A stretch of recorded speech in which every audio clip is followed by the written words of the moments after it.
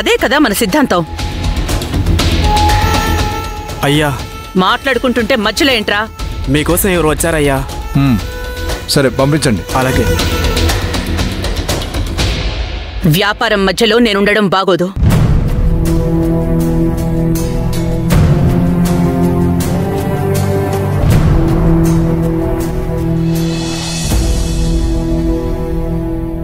నమస్కారం అండి.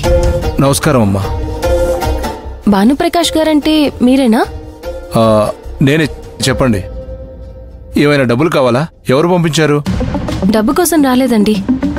మీరిలా ఆస్తి ఎవరిది ఏంటి అనేది కూడా ఆలోచించకుండా ఆస్తి పత్రాలు పెట్టుకుని డబ్బులు ఎలా ఇస్తారు? ఎవరి గురించి మీరు మాట్లాడేది? రాఘవ, మా అన్నయ్య. ఆయన హోటల్ స్థలం తాకట్టు పెడతానంటే తీసుకుని డబ్బులు ఇచ్చారంట కదా? అవును, అప్పు అడిగారు, ఆస్తి తాకట్టు పెట్టారు, అమౌంట్ పట్టుకెళ్లారు. అన్నీ తెలిసాక మళ్ళీ ఎందుకు వచ్చారు? ఏమైనా మాట్లాడాలనుకుంటే వెళ్ళి మీ అన్నయ్యతో మాట్లాడుకోండి. ఆయనతో మాట్లాడాల్సింది మాట్లాడాను, మీతో మాట్లాడాల్సింది దానికోసం వచ్చాను. ఆస్తి ఆయన ఒక్కడిదే కాదు, తమ్ముడిని నేనున్నాను, అందులో నాకు భాగం ఉంది. ఆ విషయం తెలియకుండా మీరెలా తాకట్టు పెట్టుకుంటారు? అవన్నీ నాకు అవసరం లేదు. అవసరానికి నా దగ్గరకు వచ్చాడు, ఆస్తి నాదన్నాడు, కాగితాలు తాకట్టు పెట్టాడు. మీ ఇంటి కాగితాలు తీసుకొచ్చి ఆస్తి నాది అని చెప్పి తాకట్టు పెడతాను, తీసుకుంటారా? ఏంటి తమాషలా? పద్ధతి ఉండాలి కదా.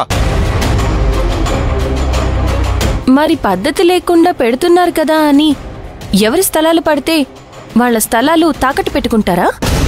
ఏంటి ఏంటి నాకు నీతులు చెప్తున్నావు? నా దగ్గర ఎలాంటి పని చేయవు.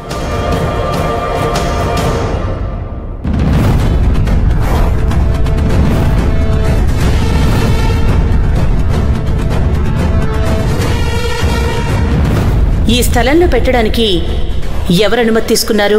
ఎవరు పర్మిషన్ తీసుకోవాలి? భానుప్రకాష్ గారి అనుమతి తీసుకోవాలి.